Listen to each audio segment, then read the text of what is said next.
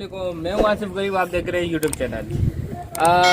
पाकिस्तान के अंदर अर्तुगरुल गाजी का ड्रामा जो है वो काफ़ी ज़्यादा सुपर डुपर हिट चल रहा है, आपको पता है। उसका एक किरदार है नोवियान, जिसे आपने देखा होगा। तो वो और अक्सर वहाँ पर जो तुर्की कबाइल के अंदर जो पुराने ज़माने में होते थे तो इस तरह के गोश्त वो भून लिया जाता था और उसको खाते थे।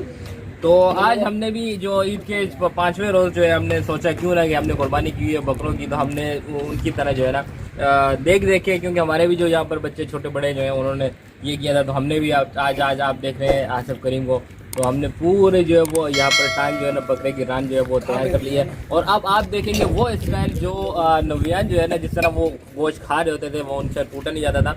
और आज हमारे साथ भी ये हुआ है क्योंकि हमने खुद लोडने ने किया हुआ है।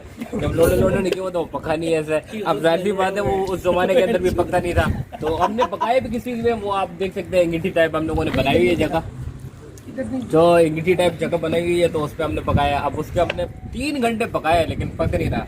अब क्या करें, खाना तो है, अब बकरे को टांग तो ज़ाहिर नहीं कर सकते, लिहाजा हमने सोचा। फिर उस पर एक सीन हमें याद आया कि नोवियान जो है वो किस तरह खाता था।